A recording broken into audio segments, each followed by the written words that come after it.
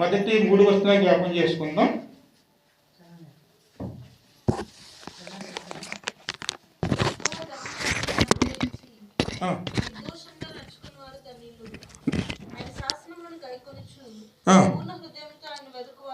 పూర్ణ హృదయముతో ఆయనను వెదుకువారు ధన్యులు. వారు ఆయన మార్గములో నడుచుకొనుచు ఏ పాపమును చెయ్యరు. హల్లెలూయా.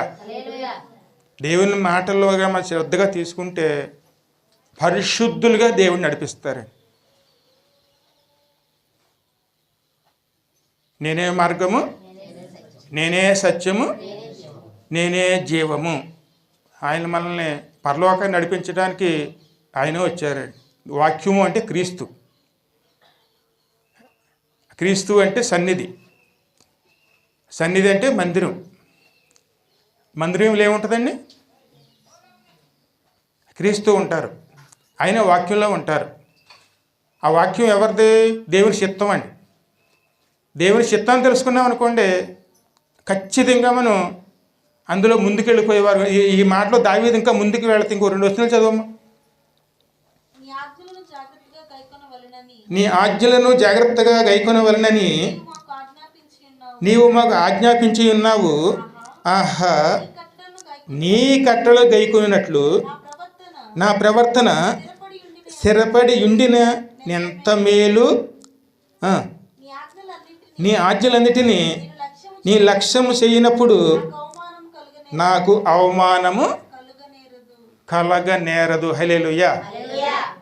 దావీదు ఎంతగానో దేవునిలో బలపడ్డాడు, ఎంతగానో దేవుని చేత ఆశ్చర్యించబడ్డాడు. కానీ ఆయన ఇంకా దిగులు పడుతున్నాడండి. ఏ విషయంలోనూ? అయ్యా, నువ్వు చెప్పిన మాటలో నీ చక్కగా ఈయనుంటే ఇక ఎంత బాగుండు,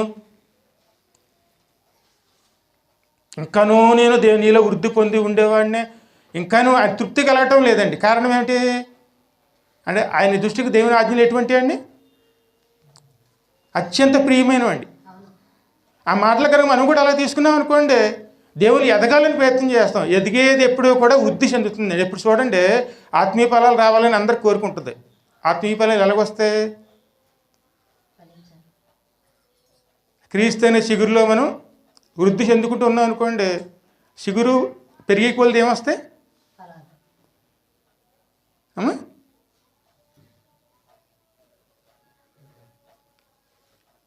ఇంటికాడ కనుక ఒక వృక్షం నాటుకున్నారనుకోండి, మొక్క ఏదో నాటారనుకోండి, నీరు పోస్తూ ఉండగా ఏమొస్తుంది? చిగురు వస్తుంది. ఆ యొక్క చిగురు పెరగడానికి ఏం చేస్తాం? మనం చేయవలసిన పనులన్నీ చేస్తాం. పెరిగిన తర్వాత చిగురులోంచి ఏమొస్తాయి? ఫలాలు వస్తాయి. ఆ ఫలాలు తీసుకుని ఏం చేస్తాం? మనం వృద్ధి పొందుతామండి. మరి ఆత్మీయ ఫలాల కోసం మనం ఎంతగా మనం ఆయన సన్నిధానంలో మరి ప్రయాసపడుతున్నామండి. ఆశపడే ప్రాణాన్ని తృప్తిపరిచే దేవుడు. ఆశపడకపోతే పొందుకోండి ఏది కూడా ఉండదు. ఎందుకంటే గుర్రాన్ని చెరువు దాకా తీసుకెళ్తారు, కానీ చెరువు దగ్గర తీసుకెళ్ళిన తర్వాత నీరు తాగవలసింది ఏది? గుర్రమా లేకపోతే తీసుకెళ్ళిన ఆయన? అందుకే ఎప్పుడు కూడా మనం దేవుడు ఎదగటానికి ప్రయత్నం చేస్తే దేవుడు ఇచ్చేది ఏదైనా సరే పొందుకునే యోగ్యత, అర్హత అనేది మనకు వస్తుందండి. అందుకే దావీదులోని మనస్సు చాలా ప్రాముఖ్యమైనది. అందుకే దేవుడు కూడా సాక్ష్యం ఉంటుంది. ఆ మాట మీరు అపోస్తలుల గారి 13వ అధ్యాయంలో ఉంటుందన్నమాట. నా హృదయానుసారుడు, నా చిత్తము నెరవేర్చువాడు. మరి ఇటువంటి సాక్ష్యం కలిగిన వారే ఒకరు ఉన్నారండి. ఎందుకంటే దావీదు వంశంలోంచి వచ్చిన వారేనండి. ఆయన ఎవరు అంటే, ఆయన దావీదు తర్వాత వచ్చినటువంటి రాజుల్లో ఒక రాజు అండి. ఆయన హిజ్కియా. దావీదు ఎటువంటి వాడో హిజ్కియా కూడా అటువంటి వారేనండి. దేవుని దృష్టిలో నీతిమంతుడిగాను దేవుని ఆజ్ఞకు లోబడి ఆయన తను చేయవలసిందంతా కూడా చేసుకుంటూనే వెళ్ళారే. కనుక ఆయన గురించి ఈరోజు మనం జ్ఞాపకం చేసుకుందాం. మరి దానికన్నా ముందు మనం కొన్ని విషయాలు జ్ఞాపకం చేసుకోవాలి. ఒకసారి ప్రకటన గ్రంథంలోను 22:14 చూడమ్మా. జీవవృక్షమునకు హక్కు గలవారై గుమ్మముల గుండా ఆ పట్టణములోనికి ప్రవేశించినట్లు తమ వస్త్రములు ఉతుకుని వారు ధన్యులు. హల్లెలూయా. ఇది మనలో నెరవేరాలంటే ఖచ్చితంగా 119వ కీర్తన మొదటి 2 వచనాలు మనం ఆ జీవితంలో మనం అవలంబించుకునేవారు ఉండాలి. జీవవృక్ష ఫలములు అవి పొందుకోవడానికి మనం దేంట్లోంచి వెళ్ళాలండి? గుమ్మం అంటే ఎవరు? నేనే మార్గము, నేనే సత్యము, నేనే జీవము. అంటే దేవుని వాక్యం ద్వారానే ప్రవేశించి వస్త్రములను ఉదుకుకొనివాడు ధన్యుడు. హల్లెలూయా. వస్త్రములు ఉదుక్కోవాలండి. దేవుని రక్షణ వస్త్రం ధరించాలి. ప్రతి ఒక్కరికి కూడా మనం జాగ్రత్తగా ఉండాలి. ఎందుకంటే పరిశుద్ధత అనేది చాలా ప్రాముఖ్యం అండి. అది 3 రకాలుగా ఉంటుందండి. ఇంట్లో ఉంటుంది, ఒంటికి ఉంటుంది, హృదయానికి ఉంటుంది. ఇల్లు శుభ్రంగా ఉండాలి అంటే మార్తా మరియమ్మలు ఇల్లేలాగా. అదేవిధంగాను మన ఒళ్ళు కూడా శుభ్రంగా ఉండాలి. ఎందుకంటే మన దేవుని ఆలయంలో ఆరాధించేవారం కాబట్టి శుభ్రంగా ఉండాలి మనం. అలాగని దేవుని పరిశుద్ధాత్మ ఆలయంగా మన హృదయం మారుస్తారు కాబట్టి ఆ హృదయం కూడాను పరిశుద్ధంగా ఎప్పుడూ కూడా ఉండాలి. వీటి విషయాల్లో మనం జాగ్రత్తగా ఉన్నామనుకోండి, ఖచ్చితంగాను మనలో ఎవరు ఉంటారు? ఆ మాట మీరు చదవాలంటే యోహాను సువార్త 14, 23, 24 వచనాలు చదువు.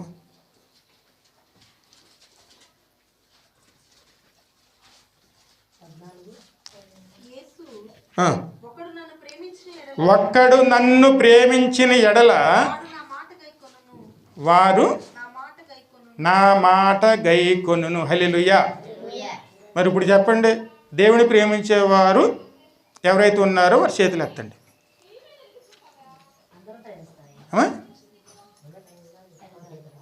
అంటే ఎత్తని వాళ్ళు దేవుని ప్రేమించరా? అమ్మా, దేవుని ప్రేమించేది ఎవరిని ప్రేమిస్తే సాతాను ప్రేమిస్తారా? ఇప్పుడు తీర్మానం చేసుకోండి. అంటే నేను అడగటం లేదు, పరిశుద్ధాత్ముడు అడుగుతున్నాడు ఇప్పుడు సమయంలోను. దేవుని ప్రేమిస్తారా లేకపోతే దేవుని శత్రువుని ప్రేమిస్తారా? తీర్మానం చేసుకోవాలండి. దేవుని ప్రేమించే వారు ఏం చేస్తారు? అమ్మ, కొంతమంది చేతులు కూడా ఎత్తలేదు. అంటే ఏం చేయాలో ఇంకా నిర్ణయం తీసుకోలేదన్నమాట. అయితే అమ్మా,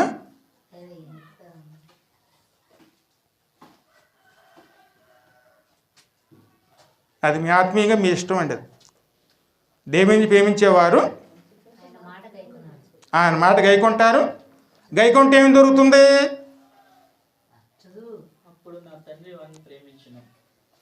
అమ్మా, నీ దేవుని నువ్వు ప్రేమించలేనప్పుడు నిన్ను దేవుడు ఎలా ప్రేమిస్తాడు? అమ్మా, నీ దేవుని ప్రేమించడానికి నువ్వు ఇబ్బంది పడినప్పుడు నీ తండ్రి నిన్ను ప్రేమించాలని కోరుకోవటం కూడా అత్యాశే కదండి.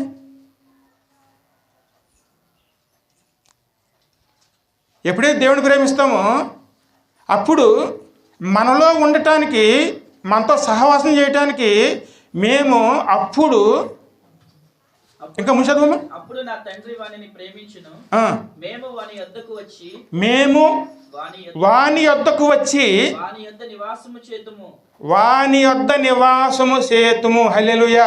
2025 సంవత్సరం దేవుడు ఇవ్వబోయేటువంటి వాగ్దానం అండి. మరి కావాల్సిన ఎంతమంది ఉన్నారండి?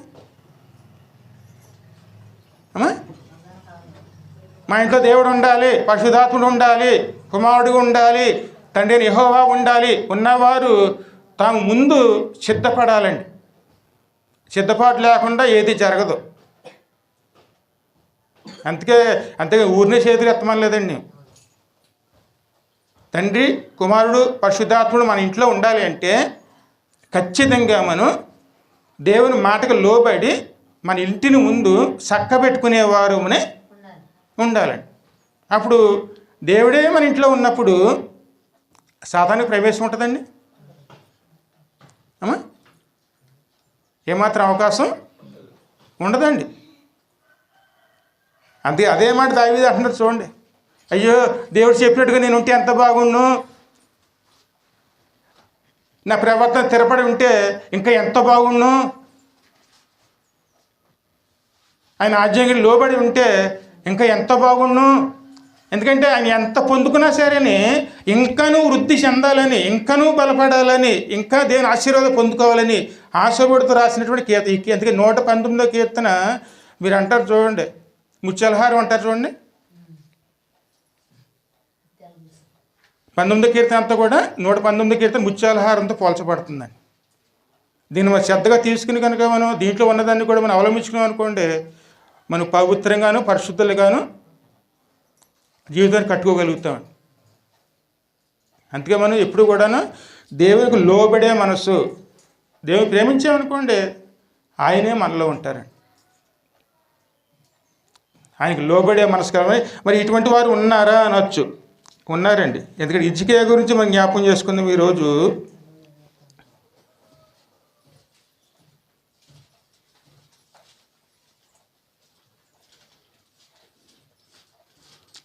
ఒకసారి 2 దినవృత్తాంతం 16:9 చదువు.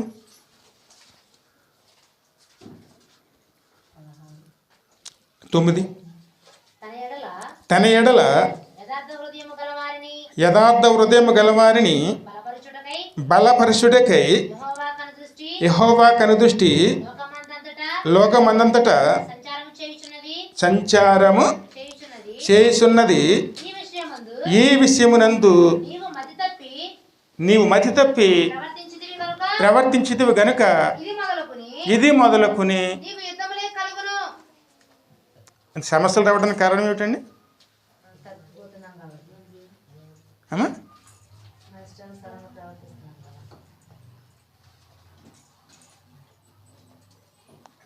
దేవుని మాటకు మనం ఆమేన్ అనాలండి. అంతే. వాక్యం ముగించినప్పుడు ఏం చేస్తాం మనం? ఆమేన్ అనాలి. ఆమేన్ అంటే ఏమిటి? అవునుగాక. ఎప్పుడైతే మనం పక్కన పెట్టేస్తామో అప్పుడు ఏం కలుగుతాయి? అమ్మా మరి అదేనండి చెప్పేది. నేను ఉంటామనుగా అనుకోకండి. దావీదు ఎలా పరిశీలన చేసుకున్నాడు? అయ్యోనో ఇంకనూ నేను ఉంటే ఎంత బాగుండు, ఇంకనూ ఉంటే ఎంత బాగుండు, ఇంకా ఎదిగితే ఎంత బాగుండు, ఇంకా ఎన్నో చూద్దు నేను అది చూడలేకపోవడానికి కారణం నేను ఇంకనూ బలహీనంగానే కనపడుతున్నాను, ఇంకా ఎదగాలి, ఇంకా ఎదగాలి. ఎందుకంటే ఎదిగే వాళ్ళు తృప్తి ఉండదండి. ఇంకా ఎదగాలి, ఇంకా దేవుళ్ళు ఎదగాలి, నేను ఇంకా ఎదగాలి. దేవుడు ఎన్నో కార్యాలు దేవుడు ఎప్పుడు కూడాను అది సరిపెట్టేవాడు కాదండి, వృద్ధి చేసేవాడు. అలా దేవుడు మనకు చేయాలంటే ఈ మనసు మనలో ఉండాలండి. మన ఎదిగింది సరిపోదండి. మారు మనసు అనేది పొందుకున్న మారు మనసు కాదండి. దినదినము కూడా మనం మారు మనసు పొందుకుంటూనే ఉండాలి. ఎప్పటి వరకును మనమన్నీ వెళ్ళాలి, ఆయనన్నా రావాలి. అప్పటి వరకు ఏముండాలి? మనలోను నూతన మనసు, నిన్నటి మనసు కాదండి. నిన్నటి విషయాలు విడిచిపెట్టండి. ఎందుకంటే కొంతమంది ఏం చేస్తానంటే నిన్నటి విషయాలు ముందు పెట్టుకుని ముందే మనం అభ్యంతరాలు పెట్టుకుంటున్నాం. పాతవి గతించెను, సమస్తమును నూతన పరచబడెను. హల్లెలూయా. నిన్నడే కాదండి, ఎదుగుతూ ఉండాలి. అందుకే తన ఎడల యథార్థమైన ఉదయం గల వారిని బలపరచుటకై దేవుని కనుదృష్టి లోకమంతటా సంచారం. ఆయన దృష్టిలో మీరు పడ్డారనుకోండి, అప్పుడు మేము బలపరచడానికి ఎవరు వస్తారు? అమ్మా ఎవరు రారా? ఆ విషయంలో అదే అంటున్నాడు, ఆ విషయంలో నీవు మతి తప్పిదు కనుక ఇక్కడి నుంచి నీకు యుద్ధములే కలుగును. హల్లెలూయా. మరి ఆ మనసు కలిగిన వారి గురించి ఈరోజు మనం జ్ఞాపం చేసుకుందాం. ఆ మాట మీరు చదవాలంటే 2వ రాజులు 18 చూద్దాం. 18వ అధ్యాయంలో 2 నుంచి 7 వచనాలు.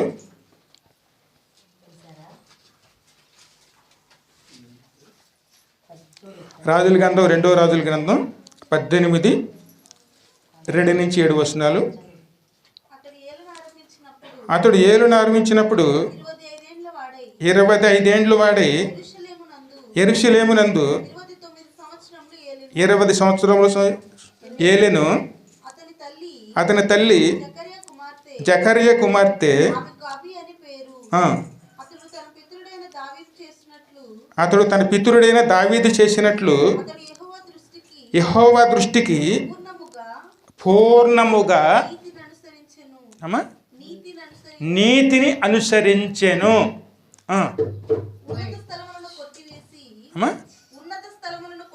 ఉన్నతమైన స్థలములను కొట్టివేసి విగ్రహములను పగలగొట్టి దేవతా స్తంభములను పడగొట్టి మోసే చేసిన ఇత్తడి సర్పమును చిన్న భిన్నములుగా చేశాను. దానికి ఇశ్రాయేలీయులు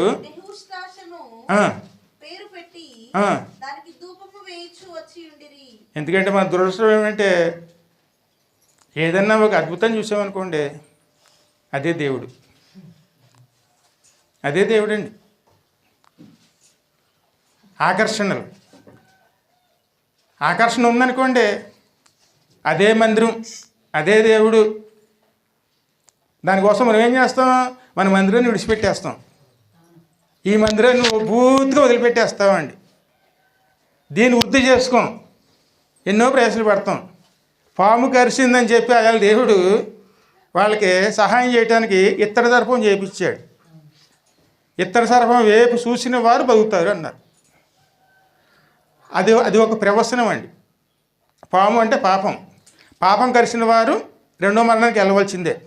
వారికన్నా క్రీస్తు సిలువును కన్నా చూస్తే ఖచ్చితంగా వారు బతుకుతారండి. అది దాని సాదృశ్యం. కానీ వీళ్ళు ఏం చేశారు? ఆ ఇతర సర్పాన్ని శుభ్రంగాను తమ ఇంట్లో కూడా చిన్న చిన్న సర్పాలు చేసుకుని వాడిని ఆరాధించడం మొదలుపెట్టారు. ఎందులో చేతి బయటికి దేవుడు తీసుకొచ్చాడు? వారికన్నా ఎక్కువ అండి. ఇప్పుడు చూడండి, క్రైస్తవులు అన్న వాళ్ళకన్నా హిందువులే కొంచెం ఆచారాలు మానేస్తున్నారు. వాళ్ళు కొన్ని పట్టించుకోవట్లేదు. కానీ మనం ఏం చేస్తున్నామండి? అమ్మా, అవి లేకపోతే నడదు. బంధువులు ఏటో లేకపోతే వాళ్ళు ఏటో వీళ్ళు ఏటో అవన్నీ మనం ముందు పెట్టుకుని ఏం చేస్తాం? ముక్కలు చేసి అవతల పాడేసాడండి. అది ఎవరు చేసినా అనొచ్చు. ఈ యొక్క హిజ్కియా తండ్రి చేసిన అన్నీ కూడా ఉన్నత స్థలములన్నీ, దేవుని ఉన్నత స్థలములన్నీ పాడు చేసాడు. వాటి స్నానంలోనూ పక్కన దేవదూతలు తీసుకుని వచ్చి వాళ్ళ దూతల యొక్క స్థలాలని ఉన్న స్థలంగా మార్చుకుని దేవుని ఆలయాన్ని మొత్తం అనేక విగ్రహాలతో నింపేసి దేవుని మందిరాన్ని మూసివేసి కథకి పస్కా కూడాను ఆపేసి తన ఇష్టానుసారంగా చేసుకుంటూ వచ్చేసాడు. తన జీవితకాలం అంతా కూడాను పరమ దుర్మార్గుడిగాను జీవించాడు. ఆయన కాలం అయిపోయింది. ఆ తర్వాత ఆయన కుమారుడు వచ్చాడు. ఆ కుమారుడే హిజ్కియా అని. ఆయన వచ్చి ఒక్కొక్కటి చక్కబెట్టడం మొదలుపెట్టాడు. ఎందుకంటే కుటుంబంలోనూ మనం చక్కబెట్టుకున్నప్పుడే దేవుని ఆశీర్వాదాలు వస్తాయండి. ముందు ఈ మందిరాన్ని చూసుకోవాలండి. ఈ మందిరంలో ఏముండకూడదు? మూఢనమ్మకాలు, ఈ లోకాచారాలు, దేవునికన్నా ఎక్కువ ఏదైతే ఉన్నదో అది మనకి విగ్రహమేనండి. వాటిలన్నింటిలో ఏం చేయాలి? ముక్కలు చేసి అవతల పాడేసి నిజదేవుడిని ఆరాధించడానికి తగిన విధంగా మనం ఆ మందిరంలోనూ స్థాపించుకునేవారునే ఉండాలి. మరి ఇవన్నీ ఎవరు చేయాలి? ఇవన్నీ చేసుకుంటూ వచ్చారండి. ఇంకా ముంచదు. అతడు ఇశ్రాయేలీయుల దేవుడైన యెహోవా యందు విశ్వాసం ఉంచిన వాడు అతని తరువాత వచ్చిన యూదా రాజులలోను అతని పూర్వీకులైన రాజుల్లోను అతనితో సమమైన వాడు ఒక్కడును లేడండి.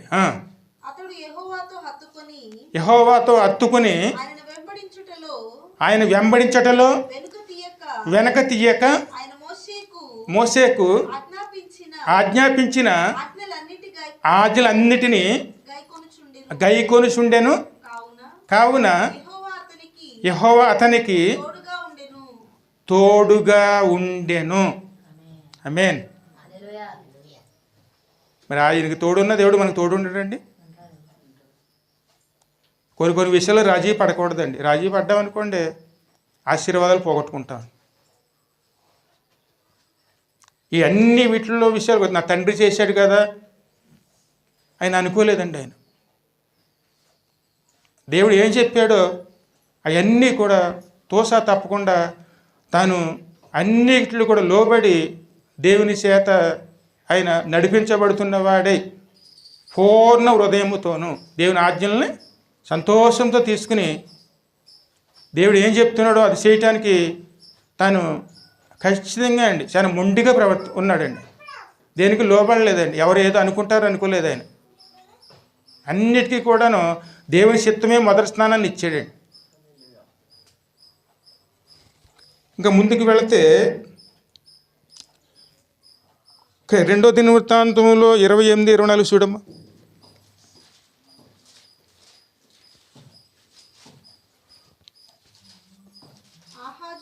ఆహాజు దేవుని మందిర ఉపకరణములను సమకూర్చి అవన్నిటిని తెగ కొట్టించి యెహోవా మందిరపు తలుపులను మూసివేయించి యెరూషలేమును అంతటా బలిపీఠములను కట్టించెను.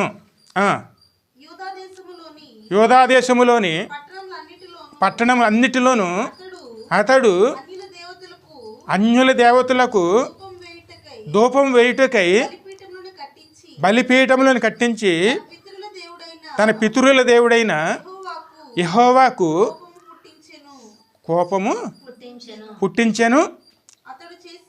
అతడు చేసిన ఇతర కార్యముల గురించి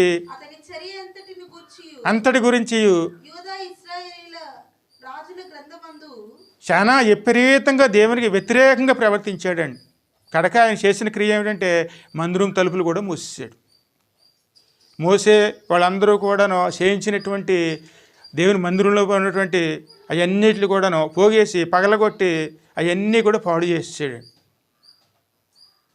అంత దుర్మార్గంగా మరి ఎవరో కూడా అంత దుర్మార్గంగా ఉండరండి. ఆయన కాలం సరిపోయింది. ఆయన చనిపోయాడు. చనిపోయిన తర్వాత ఆయన కుమారుడైనటువంటి హిజ్కియా రాజు అయ్యాడండి. తండ్రి ఉన్నట్టే కుమారుడు ఉంటాడండి.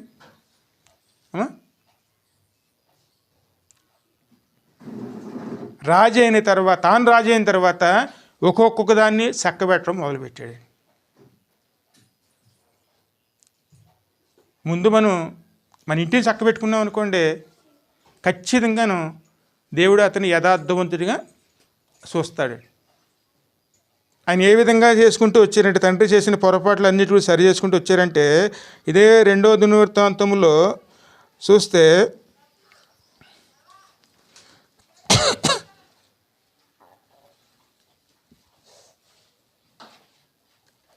29వ అధ్యాయం 1వ వచనం చదవండి. 25 ఏండ్లు వాడై 29 సంవత్సరములు యెరూషలేములో ఏలెను. అతని తల్లి జకర్యా కుమార్తె, ఆమె పేరు అబియా. అతడు తన పితరుడైన దావీదు చర్య అంతటి ప్రకారము యెహోవా దృష్టికి యథార్థంగా ప్రవర్తించాను. అతడు తన ఏలుబడి యందు మొదటి సంవత్సరము మొదటి నెలను వచ్చిన వెంటనే ఆయన ఏం చేశారండి?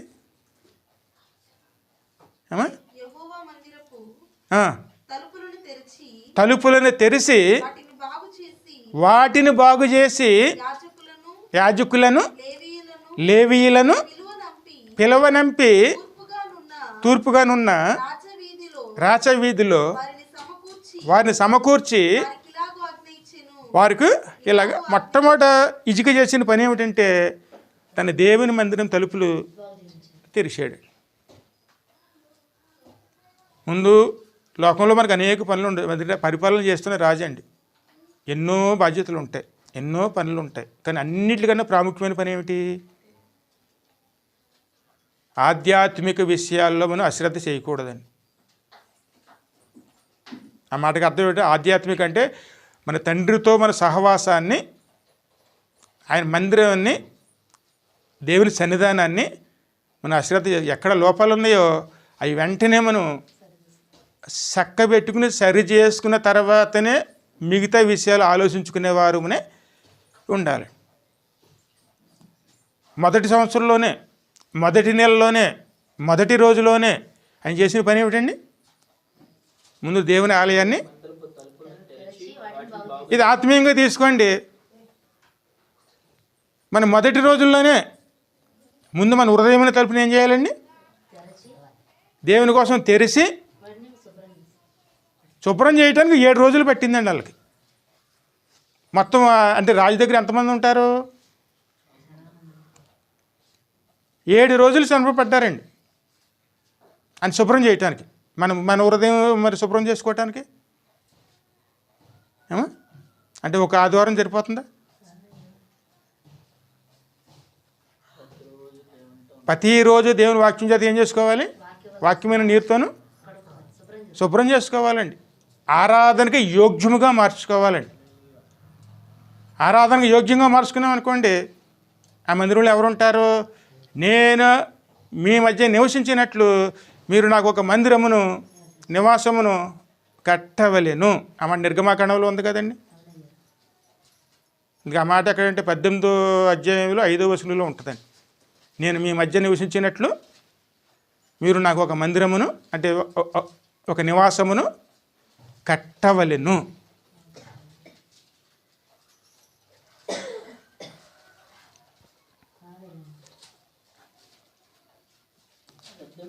ఆ, 18లో ఉంటుందమ్మా.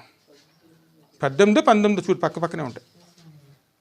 కాగా మీరు నా మాట శ్రద్ధగా విని ఆ. నా నిబంధన అనుసరించి నడిచిన యెడల మీరు సమస్త దేశ జనులలో నాకు స్వకీయ సంపాద్యమగుదురు. ఇంకా ముందు నుంచి చదువు.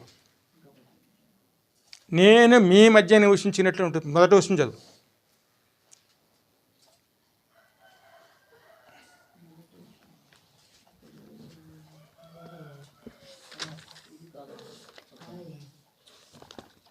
ఉంటుంది చూడమ్మా.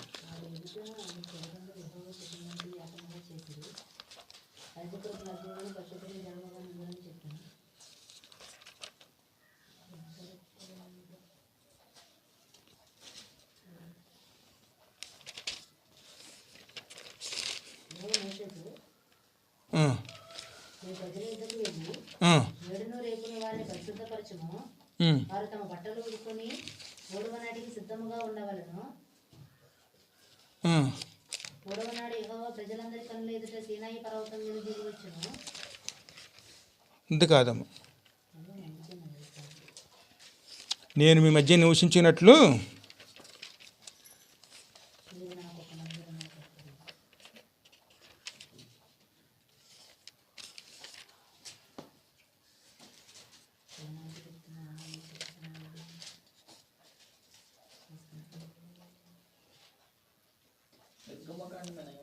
నిర్గమాకాండంలో ఉంటుందమ్మా.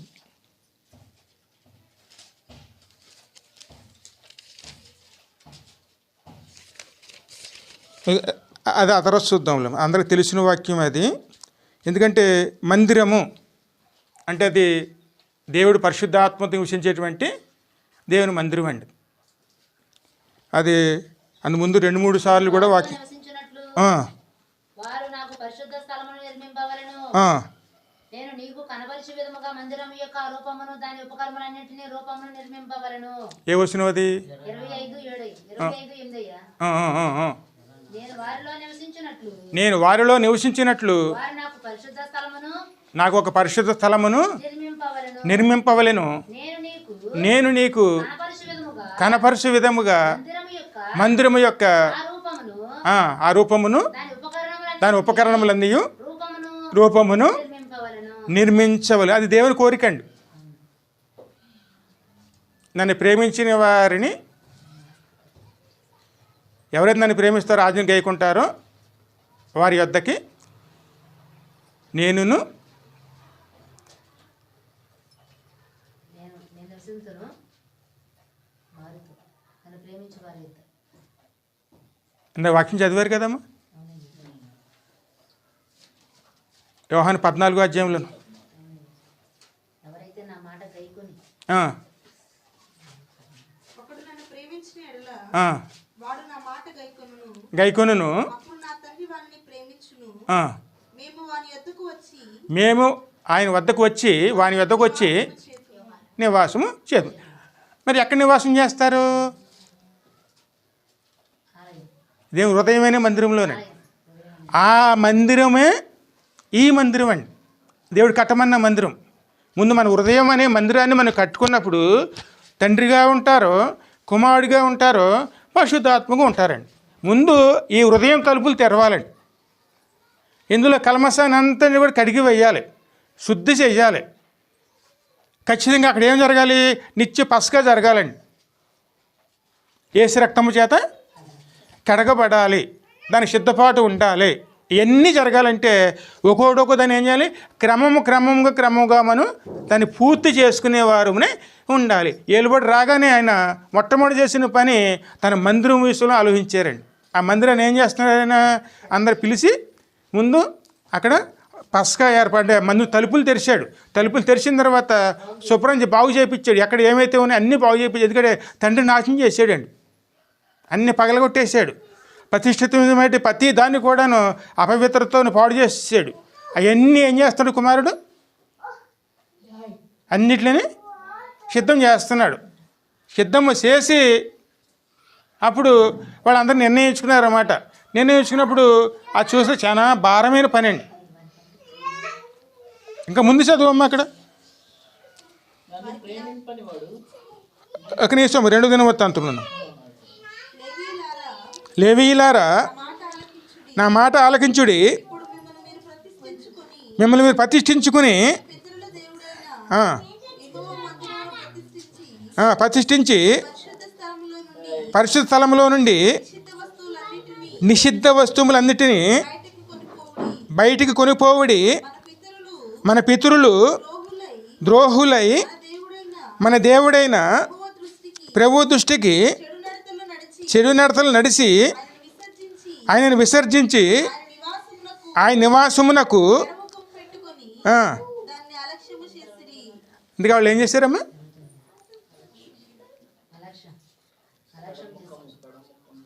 ఇంత పెడముఖం అంటే ఏమిటి? పక్కనే ఉంటాం కానీ పట్టించుకోం. అది మనుషులు ఎడలు చేశారు, దేవుని ఎడలు చేశారా?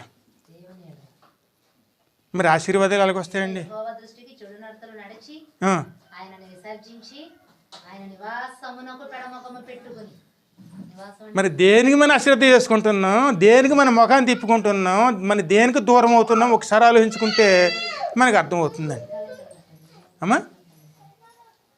అంటే మనం ఎక్కడ ఏ విషయంలో మనం చక్కబెట్టుకోవాల్సిన వారమే ఉంటాం. ఎందుకంటే ఈ వాక్యం వారి గురించే కాదండి, మన అందరి గురించి కూడా వర్తిస్తుంది. దేవుని సన్నిధానానికి మనం ఎడముఖం పెట్టుకోకూడదండి. దేవుని సన్నిధానానికి మనం ఎప్పుడైనా సరే ఆయన ఎప్పుడు కూడాను ఆరాధించేవారునే, ఘనపరుచుకునేవారునే, అక్కడ ఏమైతే లోటుపాట్లు ఉన్నాయో అవన్నీ చక్కబెట్టుకునేవారునే మనం ఉండాలి. అది మన బాధ్యత అండి. ఆయన మహారాజే మొట్టమొదటి ఆయన చేసిన పని యెహోవా మందిరం తలుపులు తెరిచాడు. తెరిచిన తర్వాత వారిని ప్రతిష్ఠించుకోమన్నారు. ప్రతిష్ఠించుకున్న తర్వాత ఆలయంలో ఉన్నటువంటి ప్రతి అపవిత్రత అంతా కూడాను తీసేయమన్నాడు, బయటకు పాడేయమన్నాడు. పాడేసిన తర్వాత చూస్తే అక్కడ ప్రజలు కూడా ఎలా ఉన్నారు? అప్పటికి దేవుని మందిరానికి ఎడముఖం పెడముఖం కింద ఆరాధన లేకుండా. ఆరాధన లేకపోతే కొన్ని రోజులు మందిరం ఏమైపోతుందండి?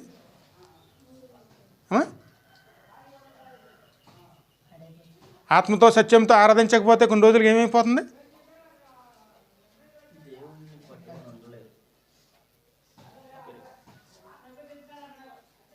మందిరాన్ని దేవుడు పట్టించుకోవాలంటే, దేవుడు విస్తరింపజేయాలంటే మొట్టమొదటి ఆ మందిరంలో ఏముండాలి? నిత్యారాధన ఉండాలండి. తలుపులు మూసేయకూడదండి.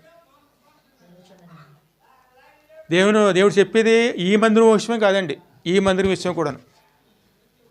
శుభ్రంగా దీని తలుపులు మూసేసి మన పనులు మనం చేసుకుంటే ఉపయోగం ఉండదండి. తలుపులు తెరవాలి. మన కంటికి ఏదైతే కనపడిందో దేని విరుద్ధమైంది దాన్ని తీసుకెళ్ళి అవతల పడేయాలండి, బయట పడేయాలి. పడేసి దాన్ని శుభ్రం చేసుకోవాలి. ముందు శుభ్రం చేసుకున్నప్పుడు మనం ప్రతిష్ఠించుకోవాలండి. అంటే ప్రతిష్ఠ అంటే ఏమిటి? అయ్యా నీ వాక్యంలో నేను నిలుస్తాను, నువ్వు చెప్పినట్టుగా వింటాను, నువ్వు చెప్పినట్టుగా చేస్తాను, ఆ చెప్పటమే ప్రతిష్ఠించుకోవటం అండి. అలా ప్రతిష్ఠించుకున్న తర్వాత అది చెప్పిన పని చక్కగా మనం చేసుకునేవారునే ఉండాలి. చేసుకుంటూ వచ్చామనుకోండి మనం బలపరుచుకుంటూ వస్తారండి. అవన్నింటిలో మనం ముందుకు వెళ్ళాలంటే ముందు ప్రతిష్ఠించుకోవటం అవసరం అండి. మరి ప్రతిష్ఠించుకున్నాం అనుకోండి, ఆ మనసు కలిగి ఉంటే ఖచ్చితంగాను మన ద్వారా ఆయన పనిచేయటం మొదలెడతారు. మరి కొన్ని రోజులకి పరిస్థితులు ఏమవుతాయండి? మనకు తెలియకుండానే అన్నీ చక్కబడతాయండి. ఇంకా ముంచదమ్మా. మరియు వారు మంటపం యొక్క ద్వారములను మూసివేసి ఆ, దీపములను ఆర్పివేసి ఆ, పరిశుద్ధ స్థలమందు ఆ, ఇశ్రాయేలీయులు ఇశ్రాయేలులు దేవునికి ధూపం వేయకయు దేవునికి ధూపం వేయకయు దహన బలులను అర్పింపకయు దహన బలులను అర్పింపకయు. ఉండిరి. మరి వాళ్ళు చేస్తున్న పొరపాటు ఎలా చూసారండి? ప్రార్థన లేదు, ఆరాధన లేదు, ఏమీ లేదు. కడగా పాటలు కూడా దేవుని స్తుతించడం కూడా లేదు, దేవుని ఆరాధన లేదు, ఏదీ లేదండి. పేరుకి మాత్రం దేవుని మందిరము, పేరుకు మాత్రమే దేవుని బిడ్డలము, దేవుని సంఘము. ఎన్ని జరిగినాయండి అప్పుడు. ఇశ్రాయేలీయులు దేవునికి ధూపం వేయకయు దహన బలులు అర్పింపకయు. రాజు సరిగ్గా నడిపిస్తే ప్రజలు సక్రంగా వెళ్తారండి. రాజు దుర్మార్గుడు అయిపోతే ప్రజలు కూడా తప్పు మార్గంలోకి వెళ్ళిపోతారండి. నడిపించేవాడు సరైన రీతికి నడిపించారనుకోండి, వాక్యం కనుక లేకపోతే ప్రజలు కట్లు తెంపి తిరుగుదురు. మా దైవవాక్యం లేకపోతే జనులు కట్లు తెంపుకుని తిరుగుదురండి. ఆనాడు హిజ్కియా తండ్రి అయిన అహజ్యా చేసిన తప్పు పని ఏమిటంటే దేవుని ఆరాధన విషయంలోనూ తీరని ద్రోహం చేశాడు. దాన్ని బట్టి ప్రజలు ఏమైపోయారు? పూర్తిగా ఆరాధించడం అనేసారు. ఇక దేవుని మందిరానికి అందరూ కూడా ఎలా ఉన్నారు? అందరూ ఎడముఖం పెట్టేశారు. నిత్య ధూపారాధన లేదు, బలి లేదు, ఏదీ లేదు. కడకొచ్చేటోడికి ఆ మందిరం కింద మూసివేయబడిన మందిరంగా మిగిలిపోయిందండి. మరి ఇటువంటి దాన్ని చక్కబెట్టడం అంటే అది డోటుపాటుతో సజ్జువేలండి. వెంటనే నిర్ణయం తీసుకున్నాడండి. ఆ సమయంలోనూ లేవీలు లేరు, యాజకులు లేరు, ఇవన్నీ చేయటానికి సరిపోయిన జనాంగం లేరు. మరి ఇదే మాట ఉంటుంది చూడండి, మీరు కనుక ఆయనకి దూరంగా ఉంటే ఆయన మీకు దూరంగా ఉంటాడు. కొద్ది రోజులకి నిజమైన వాక్యము కానీ అది అందించేవారు కానీ అంటే యాజకులు కానీ మీరు పూర్తిగా కోల్పోతారని వాక్యంలో ఇదే అధ్యాయంలో ఉంటుందండి. ఆ మాట ఆశ అంటాడు. ఆ పరిస్థితులు వచ్చినాయండి. ఆ సమయంలో వారు నడిపించడానికి యాజకులు లేరండి, సేవకులు లేరు, లేవీలు లేరు. పస్కా మానేసి కొన్ని సంవత్సరాలు అయిపోయింది. మందిరంలో నిత్యారాధన లేదు, ఏదీ లేదు. దేవుని ఉగ్రత వచ్చింది.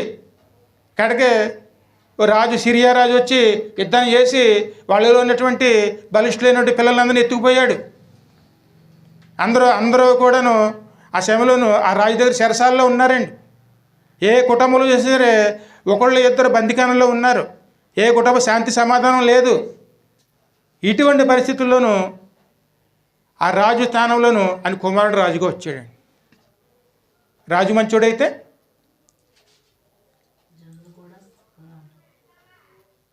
ముందు రాజు మంచోడు అనుకోండి, పరిపాలన ఎలా ఉంటుంది? ఇంటి యజమాని కనుక సరైన రీతిలో వెళ్ళాడు అనుకోండి, ఆ ఇల్లు ఎలాగ ఉంటుంది?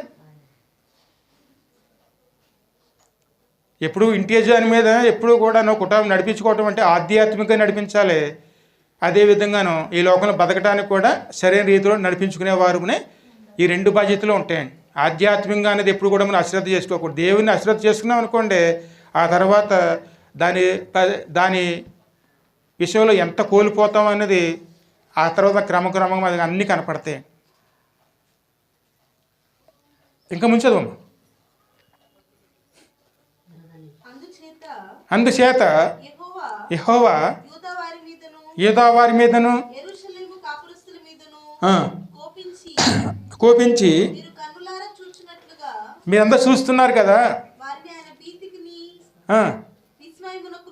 విశ్వమునకును వింతకును ఆస్పదముగా చేసి ఉన్నాడు. కాబట్టి మన తండ్రులు కత్తి చేతబడి అంటే యుద్ధాల పాలైపోయారు. మన కుమారులను కుమార్తెలను భార్యలను చెరలోనికి కొనుపోబడిరి. ఇప్పుడు మన మీదనున్న ఇశ్రాయేలీల దేవుడైన యెహోవా మహోగ్రత చల్లారునట్లు ఆయనతో మనము నిబంధన చెయ్యవలనని నా మనసులో అమ్మా రాగానే నేనేం చెప్పానండి అమ్మా, నిబంధన చేసుకోండి. పాత రోజులు అయిపోయినాయి, కొత్త సంవత్సరం వస్తుంది. ఖచ్చితంగా మనం ఏం చేయాలండి, ఆ ఆశ మనకు ఉండాలండి. అయ్యో ఈ రోజు నుంచి నేను దేవునిలో బలపడాలి, ఈ రోజు నుంచి ఎందుకంటే పాత గతించిపోయి అది వెనక తీసుకురాలేమండి. దేవుడు మనం క్షమిస్తే మనం క్షమించబడతాం. దేవుని అడగాలి, అవన్నీ దేవుడి ముందు పెట్టాలి. అయ్యా మీ పొరపాటు చేసాం, మమ్మల్ని సరిచేయండి, మీరు మమ్మల్ని కట్టండి, మేము ఎక్కడైతే పడిపోయామో అక్కడ మళ్ళీ తిరిగి మళ్ళీ లేపండి అని బతిమాలుకున్నాం అనుకోండి. అందుకే ఆ యొక్క అభిలాష ఎవరికి పుట్టింది? ఇంకా ముంచదు. నా కుమారులారా ధూపం వేయించుటకు తన సన్నిధి నిలుచుటకును తనకు పరిచర్య చేయుటకును యెహోవా మిమ్మల్ని ఏర్పరచుకున్నాడు. గుర్తు చేస్తున్నాడండి, మిమ్మల్ని ఎందుకు ఏర్పరచుకున్నాడు, ఎందుకు రక్షించాడు అమ్మా. మరి ఈ విషయంలో మనం ఎడమొఖం పెట్టుకుంటే మరి దేవుని దృష్టిలో మనం ఏం చేస్తున్నవారు అండి?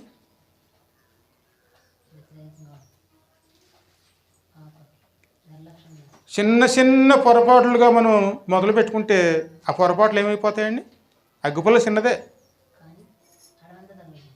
కానీ గీస్తే నోటి మాట చిన్నదేనండి. ఒక్క మాట ఏం చేస్తుందండి?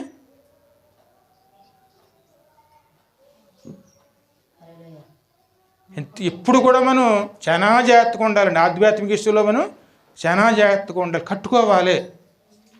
శక్తి కొలిది కట్టుకున్నాం అనుకోండి, దాన్ని దేవుడు ఆశీర్వించేవాడు. నీరు కట్టేవాడు ఖచ్చితంగా నీరు కడతారండి.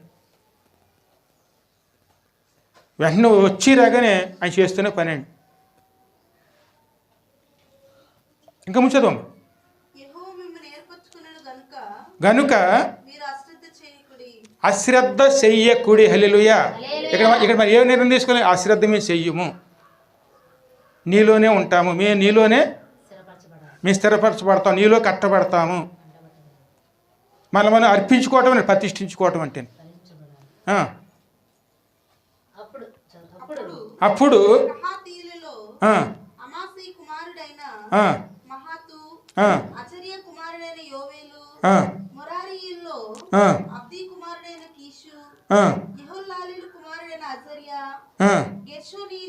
వీళ్ళందరూ చెప్పడానికి వెళ్తే అదేవిధంగా 7వ వచనం నుంచి చదవడము. మొదటి నెల మొదటి దినమున వారు ప్రతిష్ఠ చేయని ఆరంభించి ఆ నెల 8వ దినము వరకు 8వ దినమున యెహోవా మంటపమునకు వచ్చిరి. ఈ ప్రకారము వారు 8 దినములు యెహోవా మందిరమును ప్రతిష్ఠించుచు మొదటి నెల 16వ దినమున సమాప్తి చేసిరి. అప్పుడు వారు రాజైన హిజ్కియా ఎద్దకు పోయి మేము యెహోవా మందిరమంతటిని దహన బలిపీఠమును ఉపకరణములన్నిటినీ సన్నిధి రొట్టించు బల్లలను పవిత్రపరిచి ఉన్నాము. పవిత్రపరిచి ఉన్నాము. మరియు మరియు రాజైన రాజైన ఆహాజు ఏలిన కాలమున అహాజైన కాలమున మొదలుకొని చేసి ఆ, పారవేసిన ఉపకరణములన్నిటినీ అన్నిటినీ మేము సిద్ధపరిచి మేము సిద్ధ పరిస్థితిని ప్రతిష్ఠించి ఉన్నాము అని అని యెహోవా బలిపీఠం ఎదుట ఆ, ఉన్నవని ఆ, చెప్పిరి. చెప్పిరి. అప్పుడు రాజైన హిజ్కియా పెందలకడ లెగిసి పట్టణపు అధికారులను సమకూర్చుకుని యెహోవా మందిరములకు పోయిన వెంటనే రాజు ఏం చేశారండి అమ్మా? ఎప్పుడు కూడా మనం దేవుని పని ఎప్పుడు ఏం చేసుకోవాలి?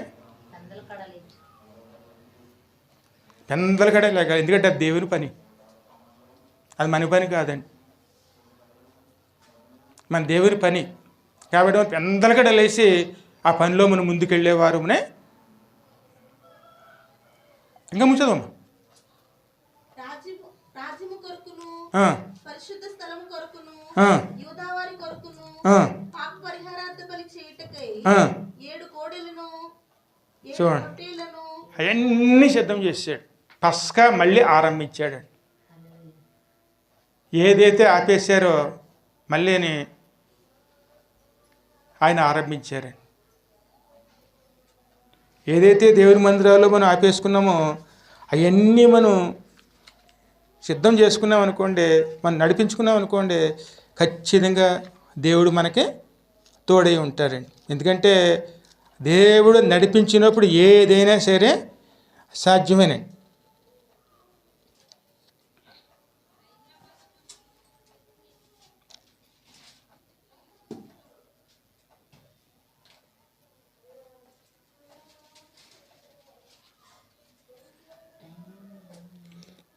ఇంక చివరిగా ముగించేసుకుంది. 35వ వచనం చదవమ్మా. సమాధాన బలి పశువుల క్రొవ్వును దహన బలి పశువులను దహన బలులకు ఏర్పడిన పానార్పణములను సమృద్ధిగా ఉండెను. ఇలాగూ యెహోవా మందిర సేవ క్రమముగా జరిగెను. ఈ కార్యము అప్పటికప్పుడే జరిగినందున దేవుడు జనులకు సిద్ధపరిచిన దాన్ని చూచి హిజ్కియాయు జనులందరూ సంతోషించారు. చూడండి, ఎప్పుడైతే తమ చేయాలని నిర్ణయించుకున్నారో అప్పటికప్పుడే నిర్ణయించుకున్నారో ఆ పనిలోనూ వాళ్ళు దేవునికి లోబడి, దేవుని వాక్యానికి లోబడి, దేవుని ప్రేమతోనూ ఆ పని అంతా జరుగుతున్నారు. కాబట్టి సంతోషంతో వారు ఆ పని అంతా కూడా ముగించుకున్నారు. మీరు పాడుకుంటారు చూడండి, ఆనందం మహానందం. ఎప్పుడు కూడా ఆ సన్నిధానంలో ఎలా ఉండాలి?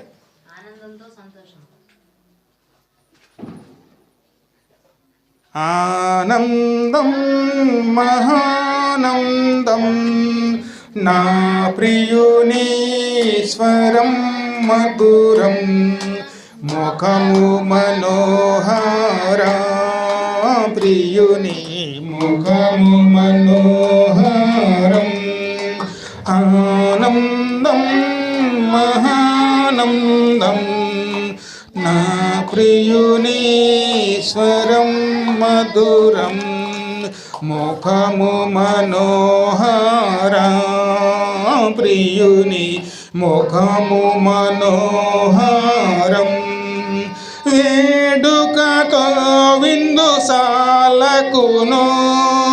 తోడుకు వెళ్ళెను నా ప్రియుడు వేడుకతో విందుశాలకును తోడుకు వెళ్ళెను నా ప్రియుడు కోరిన ఫలములు తినిపించును కోరిన ఫలములు తినిపించును కోరిమితో నా ప్రియ ప్రభువు కోరిమితో నా ప్రియ ప్రభువు ఆనందం మహానందం నా ప్రియుని స్వరం మధురం ముఖము మనోహరా ప్రియుని ముఖము మనోహరం ఆనంద భరితుడై నేను అతని నీడన కూర్చుందును ఆనంద భరితోడై నేను అతని నీడన కూర్చుందు వాడా ఏ నాటికి నీ వాడబారను ఏ నాటికి నీ వరదుని బాడుచుండెదను వరదుని బాడుచుండెదను ఆనందం మహానందం నా ప్రియుని స్వరం మధురం ముఖము మనోహర ప్రియుని ముఖము మనోహరం. హల్లెలూయా. దేవుని సన్నిధిలో మన సంతోషంతో సమాధానంతో ఆయన సన్నిధిలో కూర్చున్నాం అనుకోండి, ఏనాడు వాడిపోవటం అనేది ఉండదండి. ఆయన ఎక్కడ తీసుకెళ్తారు? నిత్యానందంలోకండి.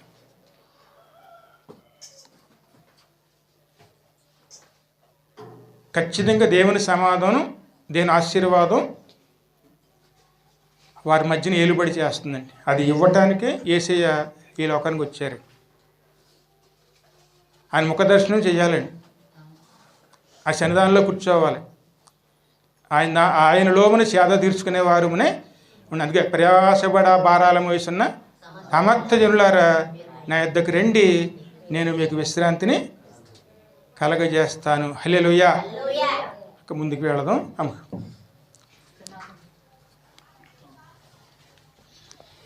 చిన్న వాక్యం జ్ఞాపం చేసుకుని బల భోజనానికి వెళదాం.